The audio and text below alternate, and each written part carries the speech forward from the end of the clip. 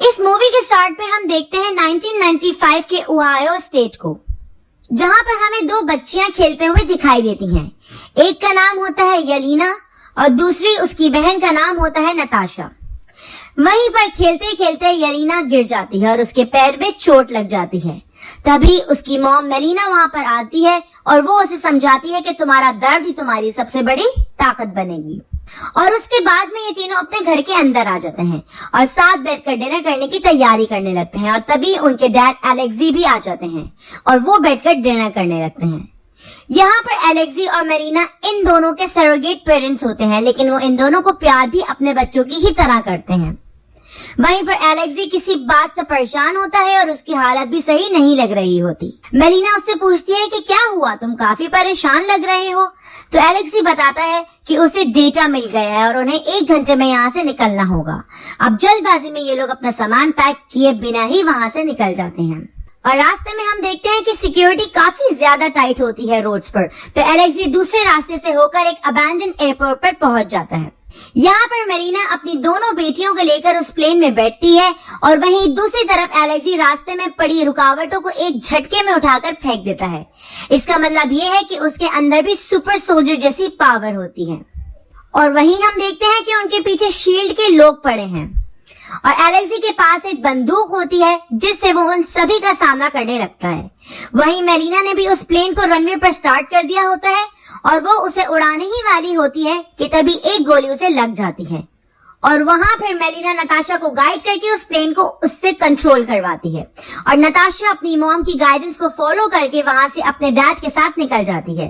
और वहां से वो अगले दिन पहुंचते हैं क्यूबा में, जहां पर एलेक्सी अपने पुराने दोस्त ड्रेकोव से मिलता है और मेलिना को फौरन ही हॉस्पिटल शिफ्ट कर दिया जाता है। और यहाँ हमें पता चलता है कि जैसे यूएसए में कैप्टन अमेरिका सुपर सोल्जर है, उसी तरह रशिया में इनके पास एलेक्सी होता है जिसे रेड गार्डियन के नाम से जाना जाता है और वो कैप्टन अमेरिका को खुद का ओपोनेंट समझता है। एलेक्सी उसे डेटा वाली डिस्क देता है और वहीं ड्रेकोव कहता है कि हमें इन दोनों बच्चियों को ट्रेन करना पड़ेगा। अब वहां पर सोल्जर्स दोनों को अलग अलग ले जाने लगते हैं। तभी वहां पर नताशा एक सोल्जर की गन छीनकर उन्हीं को धमकाने लगती है कि येलेना बस 6 साल की है, आप इसे कहाँ लेकर जाना चाहते हैं। तभी एलेक्सी उसे समझाता है कि सब ठीक हो जाएगा और तभी सोल्जर पीछे से उन दोनों को बेहोशी का इंजेक्शन लगा देते हैं और उन्हें ले जाते हैं। और अब हम देखते हैं कि ड्रेकोव ने नताशा और येलेना के साथ और भी बच्चियों को ट्रेन किलर बनाने की सारी तैयारियां शुरू कर दी थी। बचपन से उन लड़कियों को काफी अच्छे लड़ने के स्किल्स और किसी को भी अपने सामने घुटने टेक देने पर मजबूर कर देने वाली स्किल्स सिखाई जाती हैं। ये सारे एक्सपेरिमेंट्स ड्रेकोव अपने फायदे के लिए कर रहा होता है, क्योंकि वो इन बच्चियों को बड़ा करके ट्रेन किलर बनाकर सभी दुश्मनों का सफाया कर देना चाहता था। और अब धीरे धीरे करके उसके सारे दुश्मन खत्म होने लगते हैं। और यहीं से कहानी आगे बढ़ती है 21 साल आगे, जहां पर हमें सिविल वॉर के बाद की कहानी दिखाई जाती है, जहां पर नताशा के पीछे अब सेक्रेटरी रॉस लगे हुए होते हैं और साथ ही वो कहते हैं कि सोकोविया एकॉर्ड्स के ऊपर साइन ना करने की वजह से तुम्हें गवर्नमेंट की तरफ से यहाँ से अरेस्ट करके ले जाने के ऑर्डर्स हैं।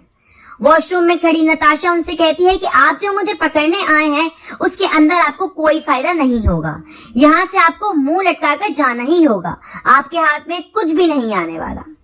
लेकिन रॉस कहता है कि हमने तुम्हें चारों तरफ से घेर लिया है और यहाँ से तुम्हारा बाहर निकलने का कोई रास्ता नहीं है। और तभी हम देखते हैं कि कुछ सोल्जर्स टॉयलेट में जाकर जब वहां पर चेक करते हैं तो उन्हें वहां एक ट्रांसमीटर मिलता है जिसकी मदद से वो इस लोकेशन तक आए थे। और ये सारा का सारा प्लान नताशा ने पहले ही डिटेक्ट कर लिया था और इस वक्त वो यहाँ पर मौजूद ही नहीं थी, बल्कि वो तो नॉर्वे में एक यार्ड से कहीं जा रही होती है। वहीं से सीन शिफ्ट होता है मोरक्को में, जहां पर हमें कुछ ब्लैक विडोज दिखाई जाती हैं जो कि अपने एक टारगेट पर नजर रखे हुए होती हैं। वो टारगेट एक लड़की होती है जिसके पास एक पार्सल होता है और वो उन ब्लैक विडोज को देख लेती है और वहां से भागने लगती है। इसी बीच एक ब्लैक विडो उसका पीछा करती है और उसे ढूंढ लेती है और दोनों में फाइट होने लगती है और ब्लैक विडो उसे चाकू से काफी जख्मी कर देती है।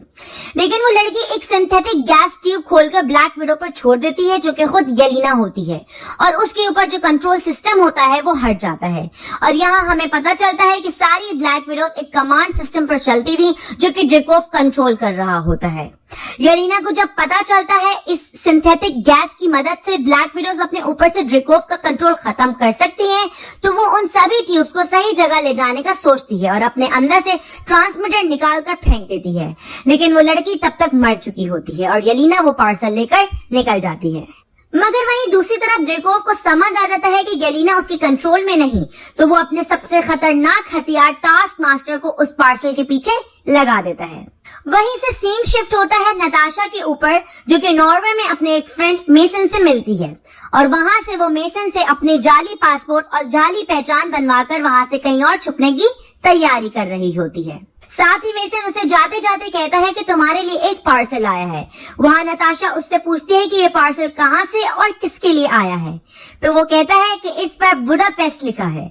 अब रात में नताशा वहाँ टीवी देख रही होती है, तभी वहाँ की लाइट चली जाती है। वो बाहर निकलकर जनरेटर को चेक करती है तो उसे पता चलता है कि इसका पेट्रोल खत्म हो चुका है और वो वहीं से अपनी गाड़ी में पेट्रोल लेने के लिए शहर की तरफ निकल जाती है। रास्ते में जाते वक्त एक ब्रिज आता है और जैसे ही वो उसे क्रॉस करने वाली होती है तभी उसकी कार के पास एक जोरदार धमाका होता है और उसकी कार का काफी खतरनाक एक्सीडेंट हो जाता है, जो कि और किसी का नहीं बल्कि टास्क मास्टर का काम होता है।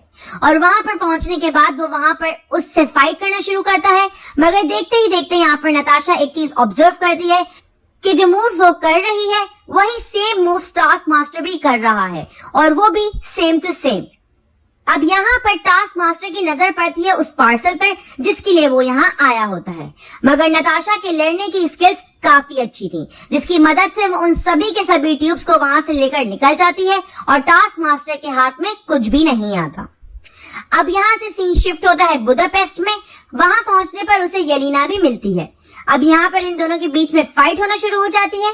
अब ये बेसिकली एक ऐसी लड़ाई होती है जो कि ये बचपन में अपनी ताकत को चेक करने के लिए किया करती थी। अब क्योंकि इन दोनों ने ही रेड रूम के अंदर लड़ने की काफी अच्छी स्किल सीखी थी, तो ये दोनों अब बड़ी होकर काफी अच्छी फाइटर्स बन चुकी होती हैं। नताशा येलेना को ये कहती है कि जब मैंने ये ट्यूब्स देखी तो वहां पर मुझे बचपन की हमारी फोटो भी दिखी, जिससे मैं समझ गई कि इसके पीछे तुम्हारा ही काम होगा। अब तुमने मुझे यहाँ पर बुलाया है तो इसके पीछे जरूर कोई ना कोई रीजन होगा। तब येलेना बताती है कि इन ट्यूब्स की मदद से हम सारी की सारी ब्लैक विडो से ड्रेकोव का कंट्रोल हटा सकते हैं। नताशा कहती है कि उसने तो ड्रेकोव को मारकर रेड रूम को भी खत्म कर दिया था, तो अब उसे कौन चला रहा है। यहाँ येलेना बताती है कि तुम्हें ऐसा लगता है कि ड्रेकोव मर गया है, लेकिन वो अभी भी जिंदा है और उसकी बेटी उस ब्लास्ट में मारी गई थी। यहाँ हमें पता चलता है कि नताशा ने हॉक आई के साथ मिलकर ड्रेकोव को मारा था और यहाँ 10 दिन तक वो दोनों छुपे रहे थे। उनकी ये बातें चली रही होती हैं, तभी वहां पर कई और सारी ब्लैक विडोज पहुंच जाती हैं उनसे वो ट्यूब्स लेने के लिए। उन सभी ब्लैक विडोज से बचने के लिए नताशा और येलेना वहां से भागने की कोशिश करती हैं और वहां पर काफी गोलियां भी चलती हैं। इसी बीच एक ब्लैक विडो छत से टकराकर जमीन पर गिर जाती है, जिसकी वजह से उसकी टांग टूट जाती है और वहीं नताशा भी गिर जाती है। वो उसके पास आकर उसकी हेल्प करने की कोशिश करती है, मगर दूसरी तरफ ड्रेकोव ने उसके सारे कंट्रोल ब्लॉक करके उसे वहीं जान से मार दिया होता है। इससे अब नताशा को एक बात तो क्लियर हो चुकी थी कि ड्रेकोव के हाथ में जो कंट्रोल है उसकी मदद से वो किसी भी ब्लैक विडो को जान से भी मार सकता है। ये दोनों वहां से भागने की कोशिश करती हैं, लेकिन इनकी मुसीबतें तब बढ़ जाती हैं जब इनके पीछे टास्क मास्टर पड़ चुका होता है और वो अपने टैंक से रोड पर मौजूद अपने सामने आने वाली सारी गाड़ियों को उड़ाते हुए उनका पीछा करना शुरू कर देता है। और एक मोमेंट ऐसा आता है जब वो अपने एक तीर से उनकी गाड़ी को निशाना बनाता है और तभी उनकी गाड़ी में एक जोरदार ब्लास्ट होता है और उनकी गाड़ी एक अंडरग्राउंड सबवे स्टेशन पे जाकर गिर जाती है। इस एक्सीडेंट की वजह से येलेना का हाथ कट जाता है और उससे काफी खून बहने लगता है। अब यहाँ उनका पीछा करते हुए टास्क मास्टर भी आ चुका होता है, लेकिन वो उसे वहां धोखा दे देती है और खुद एक एयर वेंट के अंदर बैठी होती है जहाँ नताशा और हॉकाई 2 दिन तक छुपे रहे थे। अब वो वहां से निकलकर रात में साथ बैठी होती है और सोचती है कि रेड रूम के बारे में किसको पता होगा। तभी उन्हें एलेक्सी का ख्याल आता है कि उसे जरूर पता होगा और वो वहां से एक गाड़ी चोरी करके निकल जाती है। और वहीं रास्ते में येलेना अपनी जैकेट की तारीफें करती है और बताती है कि मैंने अपनी लाइफ में पहली बार खुद से कोई चीज ली है। अब इसी के बाद वो अगले दिन मेसन से मिलती है। अब यहाँ पर मेसन के पास कम टाइम और कम पैसा था, इसीलिए वो इनके लिए एक खटारा हेलीकॉप्टर अरेंज कर पाया था और इसी की मदद से वो एलेक्सी को जेल से छुड़ाने जाएंगी। अब वहीं से सीन शिफ्ट हो जाता है जेल में, जहां पर एलेक्सी वहां जेल में बैठा हुआ कई सारे ओपोनेंट्स के साथ पंजा लड़ा रहा होता है। अब होता तो ये सुपर सोल्जर है, इसीलिए जो भी इससे पंजा लड़ाता वो हारता है। वहीं जेल में एलेक्सी के लिए पार्सल आता है और जब एलेक्सी उस पार्सल को खोलकर देखता है तो उसके अंदर एक एक्शन फिगर निकलता है जो कि रेड गार्जियन का होता है। उसको स्टार्ट करने पर उसे उसके अंदर से एक ट्रांसमीटर मिलता है। वो जैसे ही उस ट्रांसमीटर को लगाता है तो उसमें उसको नताशा की आवाज आने लगती है और वो कहती है कि आपने इतना टाइम क्यों लगाया। अब नताशा उसे इंस्ट्रक्शंस देने लगती है और एलेक्सी उसकी इंस्ट्रक्शंस को फॉलो करते हुए वहां से बाहर निकलने की कोशिश करता है। इसी बीच उसके पीछे पुलिस और प्रिजनर्स भी पड़ जाते हैं, मगर वो तो सुपर सोल्जर होता है, इसीलिए वो सभी को पीटता हुआ वहां से मेन ओपन ग्राउंड पर आ जाता है। अब यहाँ पर ऊपर से उसे लेने के लिए नताशा और येलेना अपने हेलीकॉप्टर के साथ में वहां बीच पर खड़ी हो जाती हैं और अब सारी पुलिस और प्रिजनर्स उसे रोकने लगते हैं। एलेक्सी ऊपर चढ़ने की कोशिश करता है लेकिन वो गिर जाता है।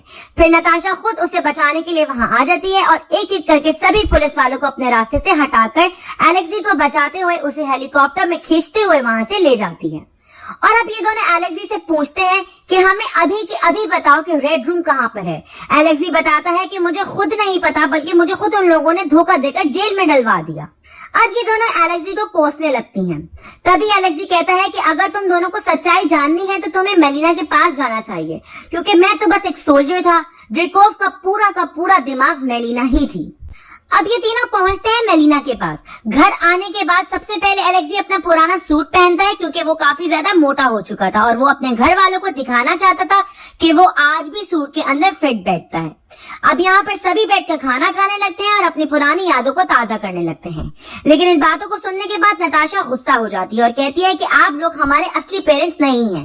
तभी एलेक्सी कहता है कि मैंने पूरी कोशिश की थी एक अच्छा डैड बनने की। तुम भले मेरे अपने बच्चे नहीं थे, लेकिन मैंने अपनी पूरी कोशिश की थी। लेकिन नताशा इन सारी बातों को सुनना तक नहीं चाहती थी और बार बार वो इनको कोसने लगती है। और इस बात को सुनने के बाद येलेना गुस्सा हो जाती है और रोने लगती है और कहती है कि मेरे लिए यही सच्चाई थी और तुम लोग ही मेरी फैमिली हो। और ये कहकर वो रोते हुए एक रूम में चली जाती है और एलेक्सी भी उसके पास आ जाता है उसे मनाने के लिए। तभी मेलिना और नताशा दोनों बातें करते हैं। यहाँ मेलिना उसे बताती है कि तुम बहुत खास थी, इसीलिए तुम्हें सिलेक्ट किया गया, लेकिन तुम्हारी माँ ने तुम्हारी तलाश कभी भी खत्म नहीं की और वो रेड रूम की सच्चाई दुनिया के सामने लाने वाली थी कि तभी ड्रेकोव ने उसे मरवा दिया। और यहाँ पर इन दोनों की बातों से ऐसा लगता है कि ये फैमिली इन दोनों को ही चाहिए।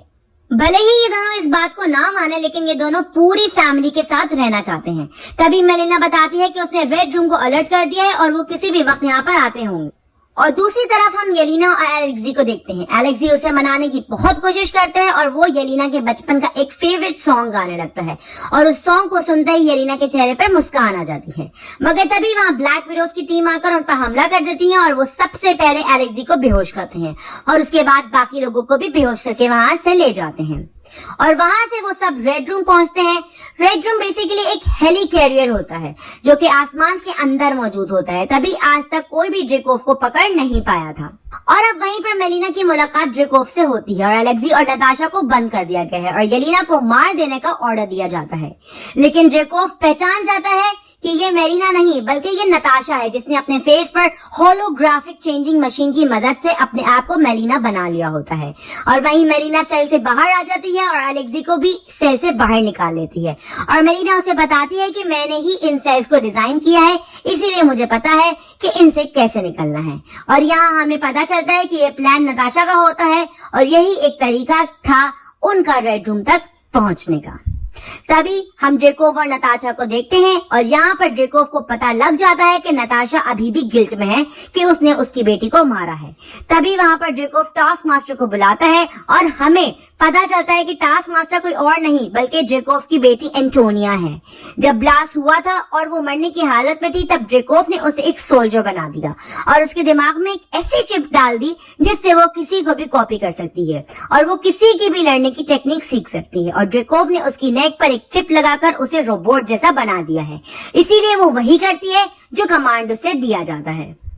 वहीं हम येलिना को देखते हैं। उसे मेलिना एयरपीस से बताती है कि उसकी राइट वाली पॉकेट में एक नाइफ है और अब येलिना उस नाइफ की मदद से उस लैब से बाहर आ जाती है। वहीं जेकोब अपनी बेटी यानी टास्क मास्टर से कहता है कि जाओ और सबको खत्म कर दो, यानी एलेक्सी और मेलिना को, और अब एंटोनिया वहां से निकल पड़ती है। तब नताशा जेकोब से कहती है कि तुमने गलती की जो टास्क मास्टर को यहाँ से जाने दिया, अब मैं तुम्हें मार दूंगी। अब नताशा उसे शूट करने की कोशिश करती है लेकिन वो उसे शूट नहीं कर पाती। तभी जेकोब उसे कहता है कि क्यों ना चाकू ट्राई किया जाए, और जब वो उसके ऊपर चाकू से भी वार करती है तो वो अपना हाथ उस पर उठा ही नहीं पाती। तब वहां जेकोब बताता है कि मैंने तुम सभी ब्लैक विडोज के अंदर अपना एक नर्वस सिस्टम बिठा रखा है जिसकी वजह से तुम किसी को भी मार सकती हो, लेकिन तुम और कोई भी ब्लैक विडो मुझे कभी नहीं मार सकती। और इस बात को सुनकर नताशा जेकोब को भड़काने लगती है क्योंकि नताशा को पता है वो नर्व कहाँ पर है और वो उससे उसके सीक्रेट्स जानना चाह रही थी। और वहीं दूसरी तरफ एलेक्सी टास्क मास्टर से लड़ रहा होता है और मेलिना रेड रूम को जमीन पर लैंड करने में लगी हुई है ताकि ये रेडार की पकड़ में आए और गवर्नमेंट जेकोब को पकड़ सके, और वो रेड रूम के एक हिस्से को बुरी तरह से उड़ा देती है जिससे रेड रूम तबाह होने लगता है और नीचे की तरफ जाने लगता है। वहीं सीन शिफ्ट होता है नताशा पर, जहां जेकोब उसे बताता है कि इस पूरी दुनिया के अंदर हजारों ऐसी ब्लैक विडोज हैं जो कि मेरे इशारे पर काम करती हैं और इधर मैं चाहूं तो मेरे एक इशारे पर जान से मारी भी जा सकती हैं।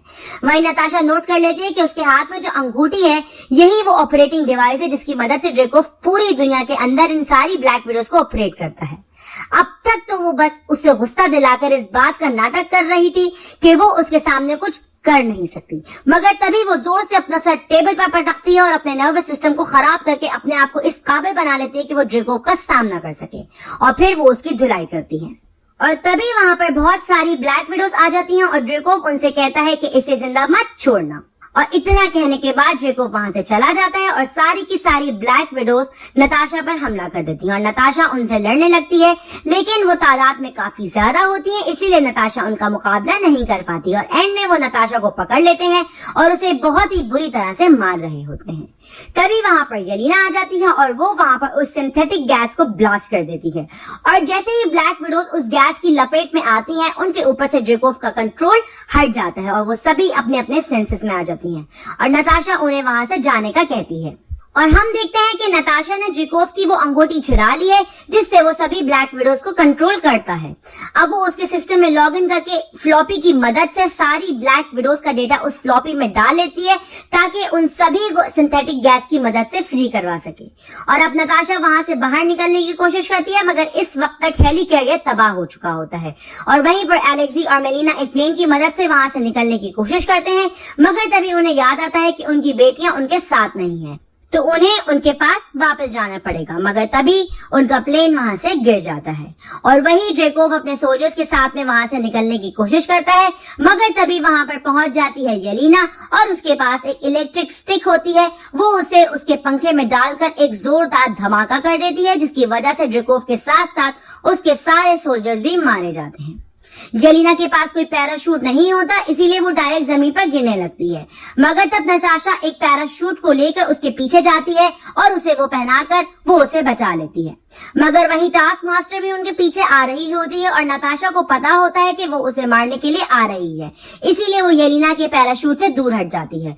और अब यहाँ पर नताशा और टास्क मास्टर के बीच हवा में ही लड़ाई होना शुरू हो जाती है और वहीं टास्क मास्टर अपना पैराशूट खोल लेती है और वो दोनों लड़ते लड़ते जमीन पर आ जाते हैं और यहाँ पर फिर से उन दोनों के बीच वापस से लड़ाई होने लगती है, लेकिन इस बार नताशा टास्क मास्टर से लड़ना नहीं चाहती क्योंकि वो जानती है कि टास्क मास्टर कौन है, इसीलिए वो बड़ी चालाकी से टास्क मास्टर का हेलमेट निकालती है और नताशा के पास 2 सिंथेटिक गैस ट्यूब्स होती हैं तो वो उनमें से एक वहीं फोड़ देती है जिसकी वजह से अब उस गैस का असर होने लगता है, वो वापस से नॉर्मल हो जाती है और होश में आते ही वो नताशा से पूछती है कि क्या वो मर गया, क्योंकि वो भी चाहती थी कि जेकोब मर जाए क्योंकि उसने उस पर बहुत सारे जुल्म किए। और अब नताशा पहुंचती है येलिना के पास और कहती है कि वो सारे लम्हे भी मेरे लिए बहुत खास थे जब हम एक फैमिली की तरह रह रहे थे और वो उनको अपनी फैमिली ही मानती है और अब ये पूरी फैमिली एक साथ होती है। तभी बाकी ब्लैक विडोज भी दूसरे हेलीकॉप्टर में वहां आ जाती है।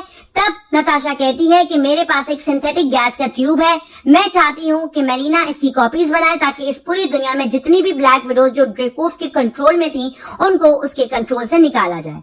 और फिर येलिना, एलेक्सी, मेलिना और एंटोनिया ब्लैक विडोज के साथ उस हेलीकॉप्टर से निकल जाती हैं। और वहीं दूर से आती हमें सेक्रेटरी रॉस की गाड़ियां भी दिखती हैं, जिनको खुद नताशा ने अपनी लोकेशन भेजकर बुलाया होता है। और वहीं से सीन शिफ्ट होता है 2 वीक्स बाद में, जहां हम नताशा का वो लुक देखते हैं जो हमने इन्फिनिटी वॉर में देखा था। और यहाँ पर वो मेसन से मिलती है, जो उसे वहां क्वीन जेट दिखाकर कहता है कि मुझे अगर तुम ज्यादा टाइम दो तो मैं तुम्हारे लिए ऐसी चीज अरेंज कर सकता हूँ। और उसके बाद नताशा वहां से निकल जाती है इन्फिनिटी वॉर के लिए। और वहीं हम पोस्ट क्रेडिट सीन में येलेना को देखते हैं, जो नताशा की खबर पर आई होती है। और ये टाइम होता है एंड गेम के बाद का, और वो काफी इमोशनल हो जाता है वहां पर। तभी वहां वैलेंटीना नाम की एक औरत आती है, जिसे हमने फैल्कन एंड विंटर सोल्जर में देखा था। और इन दोनों की बातों से लगता है कि येलेना वैलेंटीना के लिए काम करती है। वहीं वैलेंटीना उसे कहती है कि तुम्हारा नेक्स्ट टारगेट वो है जो तुम्हारी बहन की मौत का जिम्मेदार है। और इतना कहने के बाद वो हॉक आई की फोटो उसे दिखाती है, और ये मूवी यहीं पर खत्म हो जाती है।